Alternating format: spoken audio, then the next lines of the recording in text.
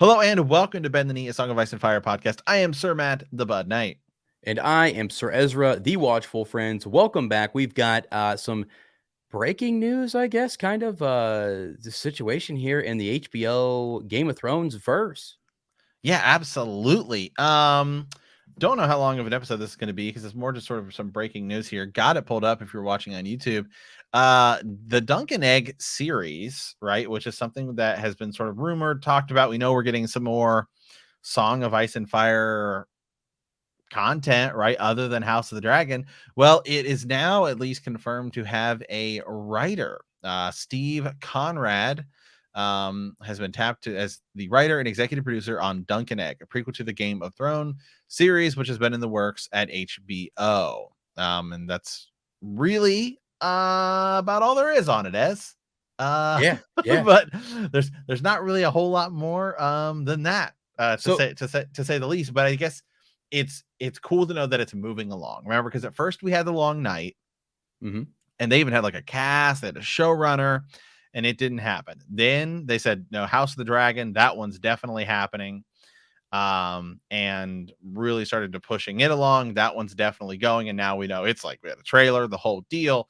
Mhm. So there's other projects that are in the works. We haven't really heard, there's been rumors and stuff like that. But so to at least know that we're at this next level with a writer is interesting because that means that this one might happen. I think this is the one that we're most excited about, right? Yeah, for sure. And let me remind folks, they hired George R. R. Martin, did they not? I mean, Sure they did. hired him. So what's he doing? Is he producing shows for them? Is he going to help with some of these stuff? I'm imagining they're trying to build like a Game of Thrones universe, sort of like we've got, Yes. Marvel's got their universe, multiple shows, movies, and so on. Star Wars is doing it, has been doing it. Other programs are doing it as well. So I think it's the way to go. And I love this. I actually am one of those people who I would almost rather have the Dunk and Egg series finished and completed than I would Winds of Winter at this point, just because Yes. I know what a daunting task it is, and we're gonna get more satisfaction out of just having Dunk and Egg finished up. Summer of our Summer Hall, just the story there, some of the prophecy. It might be spoiler for I think maybe his series. I think there's a huge tie-in. So the fact that they have a writer for this means I'm guessing George is involved to some degree, and they're going to push forward this. There's going to be some communication because he's adapting George's works. He's adapting his first three novels, and you got to talk to where's this going? How does this tie into Robert's Rebellion? How does this tie into your big successful Game of Thrones show? Like, if it doesn't make sense, if they're just going to make them all standalone and they just don't really tie in, it seems kind of silly, like it's the continuity that folks want. They want to look at King's Landing and say, "Oh, I kind of recognize that." Yeah, like the throne looks similar, but it's slightly different because it's 200 years older. So when we look at the Iron Throne, we're seeing that in House of the Dragon. So the throne that we would see in the Dunk and Egg series, not that we would necessarily need to see it because we're at different places. We don't necessarily end up in King's Landing. We're out with Dunk and then Aegon. But if you ever did see it, you'd want to see something that's closer towards what we get with Robert Baratheon. So this is cool. This is good news, in my opinion. And I'm excited to see that we have a writer for it because it's one of the more popular things in the fandom. I think folks love this story. They're really fun to read, and there's little nuggets and theories and old Nan connections, and you Right. know, Yeah, this is much closer to A Song of Ice and Fire than House of the Dragon will be. yeah, House of Dragon's quite a bit of ways.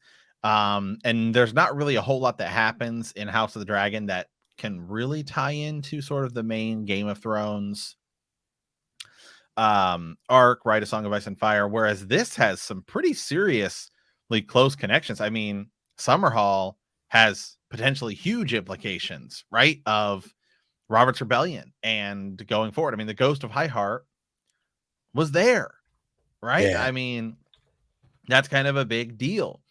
Jenny Oldstones was there. Rhaegar is born at the tragedy at Summerhall, and that's where the Dunk and Egg sort of series is supposed to end. George hasn't gotten there yet. But this could go down that line, and maybe it'll be totally different. Then maybe, but who knows? We don't know. Dunk, there's theories that Sir Duncan the Tall goes on to become Cold Hands. There's Duncan the Hmm. Tall is an ancestor of Brienne of Tarth. So there's definitely a lot of, and perhaps Hodor. There's definitely implications that this series will have that tie into our main series, which is really cool. And I pulled up the writer here. Steve Conrad is his name. He hasn't really Hmm. worked on a lot. Um, like he only has about like 4 or 5 movies, and he only has like 2 or 3 TV shows. One of them is called Patriot. It's a looks like it's done now, but it was an Amazon Prime TV show. To me, the thing that immediately stood out is he wrote the movie The Pursuit of Happiness, which is a really good movie with Will Smith, where he's sort of like, he's like he's remember he's kind of like a down on his luck, poor guy, and then he ends up working at this sort of like Yeah. investment firm. Yeah, and it's a really really good movie. And so he wrote that. So that's like, okay, he's a like a award winning level writer. Just hasn't done a lot, but Right. Yeah. So a legitimate writer, someone with a good resume, and that's really solid.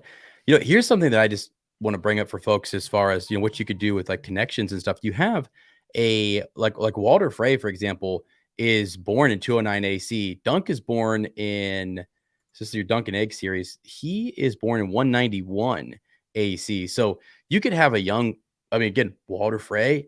Tywin Lannister would be a bit younger, but you have some of these older characters that you saw in A Song of Ice and Fire in your Game of Thrones series, the HBO series. Those older individuals could show up, you know what I mean? Like as younger characters. And so there's some of your continuity, some of your tie-ins that would be really interesting to see, I think. And folks want to see that. We want to see kind of what led to more of the because we're going to get House of the Dragon, which is going to have your Targaryens, and then we're going to see sort of some of the downfall here and some of the prophecies right, that lead into the Song of Ice and Fire, the whole big deal. right. And it's just interesting to know, they say, oh, we have like roughly 5 things in the works. Oh, that doesn't mean we're getting all 5 at once. Doesn't mean that all 5 of them are going to go. But I would say the interesting thing about this is if you're doing House of the Dragon and you're doing Dunk and Egg, really, you kind of, the cool thing is if either one of those shows is like extremely successful, your next sort of step from House of the Dragon would be the Blackfire Rebellions. That's kind of like the Hmm. next big event in Hmm. history, which should be awesome. Yeah. But then you can sort of tease some of that because some of that happens is in Dunk and Egg. Yeah, exactly. Yeah, that's a great tie-in. I mean, they're already, well, I don't know if they're going to continue with it or not, but they've announced like the Corlys Valerion sea snake situation They're where they working on might, something there. Yeah, might end up yeah. being something. Yeah, So some side stories, side quest stuff, could be even prequel stuff to House of the Dragon. We don't really know timeline yet on what they're going to do with that character or other stories around that time. But yeah, the next step, as Matt said, would be your Blackfire sort of rebellion, or even something with Dorne. It depends on how much they want to kind of really how deep they want to go and how much of the history they want to show us and how much they want to cover, But I would right. love to see the Blackfire Rebellion stuff and then lead us right into Dunk and Egg. Yeah, So, and to me, Dunk and Egg seems like it would be the easiest show to do because it's really, you get 2 cast members that you're like, all right, we're gonna have these guys for the next like 8 seasons or however long it's gonna end up being. And it's more of like a coming of age kind of story. mhm, It's not as grand as, all right, we need all these different houses and dragons and all this stuff. It's like these guys, they're on the road traveling right, around. right, It can be your villain of the week type of a, like looking at The Witcher, like The Witcher is a smaller scale mhm, than like Game of Thrones, right?